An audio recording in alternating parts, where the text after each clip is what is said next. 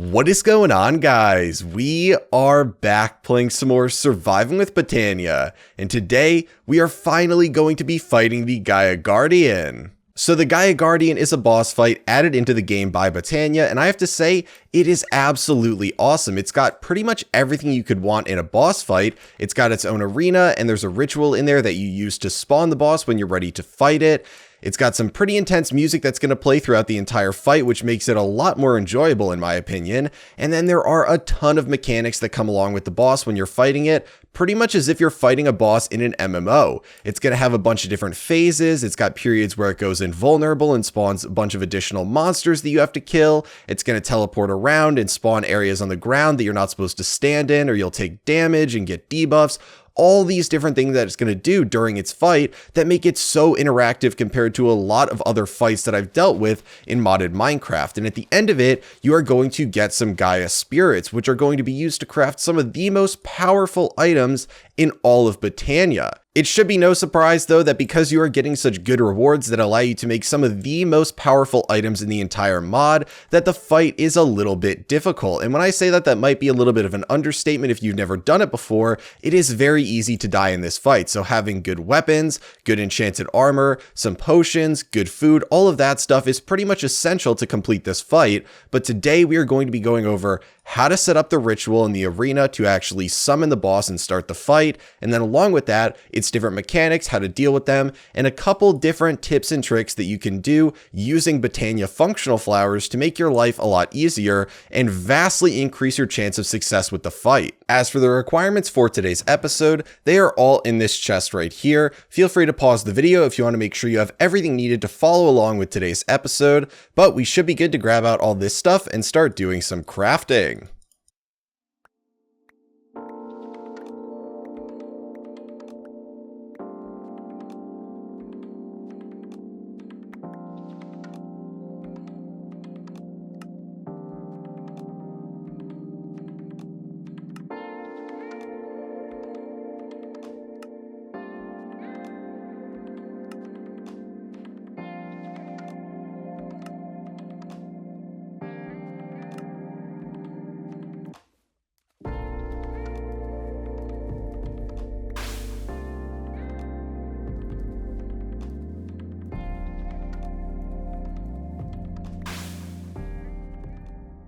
Okay guys, so all the crafting is done for today's episode, and if we take a look at my inventory, it's pretty empty because this fight is very easy to set up. The ritual that you need to actually spawn in the boss is extremely cheap. It's just going to require the beacon and 4 pylons. The difficult part is not getting the fight started, it's actually completing the fight, because if you're undergeared or inexperienced, there is a high likelihood that you die during this fight. So obviously, we're going to try our best today to avoid that, but if I do die on camera in a very shameful way, I will show it to you guys and we'll just run it back for a round 2. But either way, the first thing we need to do is set up the arena and the ritual and get everything situated to even spawn in the boss. So we're going to want to be in a relatively open area because you are going to need an arena that's unobstructed for a circle with a radius of 11. So I think we should have sufficient room right here, but we'll find out very quickly if there's an area I need to clear out, because it will indicate to us if we're trying to start the fight that there's stuff obstructing the arena. The arena itself isn't actually a physical formation. It's just going to be a circle with a radius of 11 area around the beacon that needs to be cleared out of any blocks before the fight starts. Either way though, the main thing we need to set up is the ritual, and to get to this page, we're just going to click on the Alphamancy tab, click on the Ritual of Gaia, go over to the next page, and you can see it shows right here the specific things we need to set up the ritual, which like I said, is the beacon and the pylons. Now the nice thing about this is that we can click the Visualize tab just like we did last episode, and it's going to pop up a visualization of what we need to make the ritual. And so I am just going to dig down here and place it down right there. Now it's placed down in the world, so we can make sure we put all the blocks in here properly. One thing I will say is the fight is actually able to be started with just a beacon. You do not need the beacon base here. I have tested it out and that is still the case. So If you don't feel like putting the iron blocks down, because obviously it's going to take about a stack and a half of iron, you don't need to do that. But I'm going to do it today just because I think it looks a little bit nicer and it adds to the boss fight. Obviously having a nice little ritual in the center looks a lot better than just having this single beacon sitting here with no base to it. Either way though, when the fight starts, the beacon effect is not going to be on you, so you don't really need to worry about it if you don't want to. So we're going to start out by placing down the iron blocks on the bottom here. Just got to clear out this area. We'll put the beacon down and go right there. And then we just need to, yep, it actually forms the regular beacon. Like I said, though, it doesn't matter because if we have any of these on, they're going to be disabled when the boss fight starts. And then we're just going to grab out a building block so that we can make our Gaia pylons one up from the ground. So one right there and one over here, one over here. And finally, one over here. And there we go. So we get the nice little ding, and that means our setup is complete. So if we wanted to, we should be able to pretty much spawn the boss right now if we shift right clicked a Terra Steel ingot on the beacon, because this is good to go. I am not going to do that though, because there's a few other things we need to take care of before we start to make it easier. And one of those is I am going to go sleep, because you definitely want to do this fight during the daytime, assuming you're doing it outside. Okay, so I went and slept. It is now daytime, and we need to set up the two functional flowers that are going to make this fight a lot easier, and that is going to be the Fallen Canade and the Giulia. So what these do is the Fallen Canade is going to take mana and it's going to give a healing effect to all those that are in its area. And I believe it comes up as Regeneration 3. So there is an amulet or a pendant that you can get that gives you Regeneration 2 from Botania, but this is actually going to be better than that. If you look at the buff, it should be one tier higher. So this is huge because one of the debuffs you're going to get in the fight is going to be Wither 4. So it's going to last twice as long as what you would get from a Wither. It's going to be twice as powerful, and so it is actually pretty dangerous, and a lot of times it's almost impossible to avoid. You shouldn't get it that much if you're properly moving around during the fight, but either way you're going to get it eventually, and this is going to help a ton so that you don't end up dying. The next one is the Giulia, which is going to give you a protective barrier around the flower that prevents mobs from coming in it. So when additional mobs are spawned by the boss, it's going to prevent those from getting to you, and it can spawn things like witches, it can spawn things like wither skeletons, so it's definitely not just spawning a bunch of zombies, and even if it was, it would still be nice to make sure that those can't come and get you if you're going to take a little bit to kill them. So we've got a mana pool to fill up so that both of these can work. And because of the area of it, really the important one is the Fallen Canade, because this has a very small working area around it in which it will heal you. So I marked this. This should be right at the edge of the arena. We can count out here anyway if we just go 1, 2, 3, 4, 5, 6, 7, 8, 9, 10, 11. So this should be outside of the arena. I can just put this down one back from this, and then we are going to put down our Fallen Canade like right here and our Giulia right here. So you can see the working area for both of these. The Giulia is actually a circle, so you can think of this like a force field that the mobs are not going to be able to come past. And then you can see, like I said, the Fallen Canade has a very small working area, but it's going to give us a very potent buff, so I guess that kind of makes sense. So this right here is our zone of terror. Obviously, that is a horrible joke from Friends, but I love that saying. This is our zone of terror right here. It's a very small area that we're going to stand in to get crazy regeneration. You can step out of it, but obviously it's going to be a lot more dangerous if you do. And then we're going to take our mana tablet and we're just going to fill up this mana pool right here. Nope, we want to dump it in there. And there we go. And then we just want to make sure that both of these are properly bound to the mana pool. They shouldn't take that much mana, but if we come in here, we should see we now have Regeneration 3. So very, very potent buff that we get from this. And if we take a look at my gear, just to quickly run through this, because we'll be starting the fight in a second here. Obviously, I've got my Terra Steel armor. It is fully enchanted, so we've got some protection 4, and some have Unbreaking 2, one has Unbreaking 3, because the Terra Steel leggings I actually enchanted with an enchanting table instead of enchanting, because I thought maybe I'll get something a little bit different, but I only had Protection 4 and Unbreaking 2 books, and we did those with the Mana Enchanter on all of these, so this should be pretty good. And then I've got some food, so I've got some decent food of cooked mutton here. I've got some potions of instant healing. that we'll put down just in case something gets messed up as sort of a panic situation. And then the only thing I'm going to be using, none of these tools or weapons, the only thing I'm going to be using are the Thorn Chakram.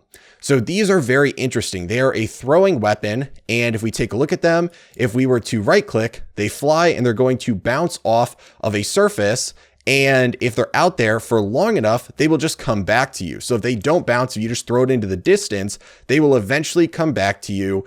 And so there's a couple different ways that you can use these, but you can see there it's coming back. I think these are great for the boss fight in general. They do a ton of damage. And you can fight him from range when usually a lot of ranged attacks do not actually damage the Gaia Guardian. Some people like to use the Terra Blade, but these are actually more powerful in my opinion. And so they're definitely super nice. They're also very nice for fighting the mobs that he's going to spawn.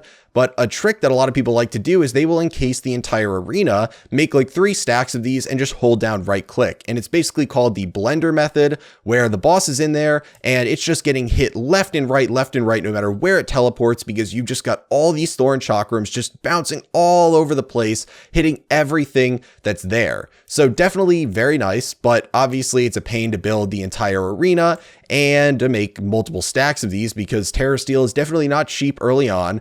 But that's pretty much the gear that we're working with now. The mana pool is pretty much fully charged, and I think there should be enough in here for our fight. But we definitely want to start this up soon because these things are going to be expending mana. And you know what? I think we are good to go. We want to do it during the daytime because the mobs it spawns are going to be damaged by sunlight. So let's put these back in here, and we take out our Terra Steel ingot. And all we do is shift right click on this beacon, and it's time to go. Okay, so we've got our Thorn Chakrams here. The boss is spawning. It's going to look like a dark version of us. And immediately we want to hit it to initiate the fight. And we're just going to keep going. Avoid the things on the ground if you can that it spawns when it teleports. Okay, not bad. Okay, so you can see we have our Wither debuff on us. Taking a little bit of damage here, but that should go away in a little bit. There we go. Getting our nice regeneration. And it's getting a little bit close to us. You can see it does destroy stuff on the ground, so our flower broke. We'll just throw that back down. No big deal. And it should be going into its next phase. Yep, there it is. So we need to eat a little bit of food here. And now it's spawning the monsters, but we should not be able to be attacked by them, really. Obviously, ranged attacks can get us. Gotta wait for our chakrams to come back a little bit. And you can see why it's a good thing to do it during the daytime is because we have some serious damage being dealt to these guys by the fact that they are burning in the sun. So we are getting hit by the skeletons, but I guess I would advise you probably make 2 stacks of the chakrams for this if you want. Because when you're trying to kill the mobs here, they take a little bit longer to kill if you do not have a bunch, but usually with the boss, it's not too much of a concern because it's teleporting around, it's going invulnerable, and another Wither debuff on us, but we should be good to finish up the boss fight right there. There we go, and nothing too complicated. So we got this guy that we want to kill. And boom, we got our 8 Gaia spirits given to us. Okay, so I've collected all of the items. It's actually not too bad. We got a Wither skeleton skull, which during all of my practices doing this, I never got, although one of our Thorn Chakrams seems to have disappeared. I don't really know where that went. I don't know how it disappeared because they're supposed to come back to you. But either way, I guess you probably should make a couple more of these if you're fighting it and plan on using them. But I think it's very nice. They do a lot of damage. And so they're super nice to use. And typically when the boss is teleporting around, you're only hitting it about once every 1.5 to 2 seconds as you kind of reposition.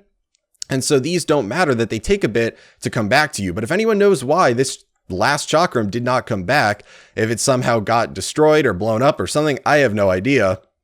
But either way, we've got all the drops, including the 8 Gaia spirits. We didn't have to use any healing potions for this. Super nice.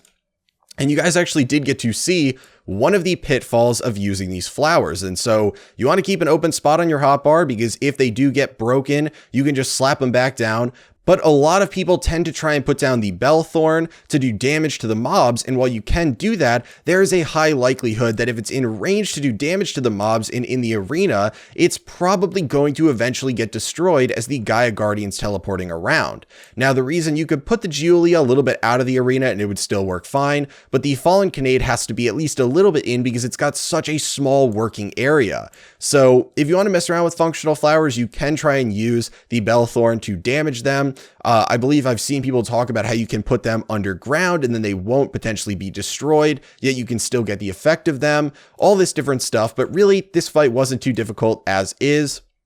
And you could have a better weapon if you wanted to. These are just a cheap entry-level way to do it. You could have better potions and stuff, all that good stuff going on. And if you're playing in a mod pack, obviously you got even better stuff than I have right here. So now we should be good to head back to the base, and we can take, I guess, a quick look at all the different stuff that we can make with the Gaia Spirits, because there is a fair bit of cool stuff and very powerful stuff that we can do, but there is one thing that I have in mind that I want to make today. So the main thing that I want to make with the Gaia Spirit is going to be one of the cloaks, and there's 3 different kinds. If we click on these with control, we can take a look at what they actually do in the Lexica Botania, because they all have different effects, and basically they're worn in the body trinket slot, and it'll trigger its powers when you take damage when you're wearing it, but it will have a recharge period after its effect happens before it can happen again. So the Cloak of Virtue will block all damage from a single hit, the Cloak of Sin will damage all hostile mobs for the same amount, and then the Cloak of Balance will evenly split the damage between the attacker and the target and prevent its bearer from dying in the process. So I want the Cloak of Balance, which is the green one, and we've been wearing green this whole series, so why not slap something else green on? And for those of you that thought it was hard to see me with this armor on right now, just wait until we make this. So I think we should have everything needed for this. It requires some emeralds, some gray wool, so I'm going to scrounge up this stuff. I'm hoping we have enough emeralds over here, but then we'll craft it and we'll put it on. Okay, so I think I've collected everything I need to make the cloak. Thankfully, we should have had everything very easily, and we are saved by the fact that you can turn mystical petals into the dye that is similar to their color using the pestle and mortar. So we need a little bit of light gray dye, and then I've got a bunch of white wool, so we are going to need 4 light gray wool. If that was not a crafting recipe, we would not be making this right now, but it is. So we've got the light gray wool. I grabbed out 4 emerald ore, mined it up. So we got those, and we have 1 Gaia Spirit, and there we go. We have gotten the Cloak of Balance. And if we were to just right click this on, it's gonna look pretty sweet. So let's take a quick look at this. So,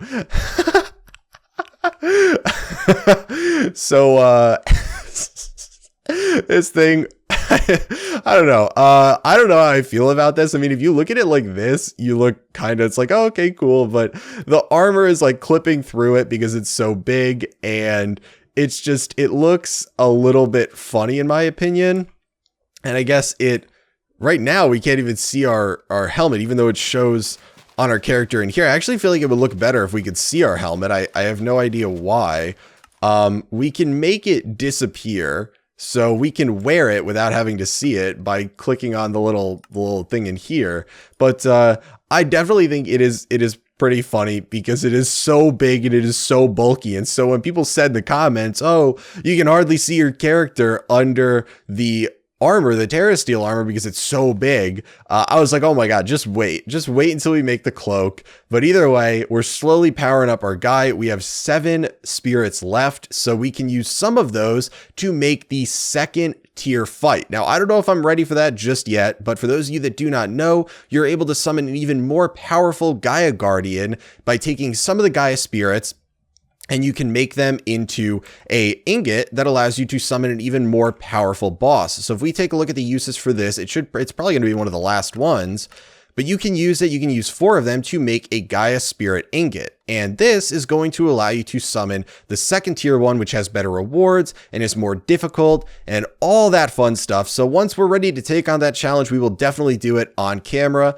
Much more likely to die during that, but you can see all the rest of this stuff, the Gaia Mana Spreaders that we've got. You've got a bunch of different, trinkets and things that you can use. I guess we also would want the Flugel Tiara, which is going to allow us to get a little bit of flight going on, so I'm excited for that. We've got the spirits needed, but we need an Ender Air bottle, so might need to go do that in a little bit. Either way, though, that is going to be it for today, guys. Hopefully you enjoyed today's episode. Hopefully you have good luck if you decide to fight the Gaia Guardian. Let me know how it goes. Let me know if you guys like the fight in the comments, and be sure to subscribe so you never miss out on a future episode, as they come out every Monday and Thursday at 2 p.m. Eastern Standard Time. It starts out with its own arena that you're going to have a ritual in that so you don't really need to worry about it there really isn't all that much in here, because the fight is very easy to set up. It's basically just but a lot of people tend to try to use the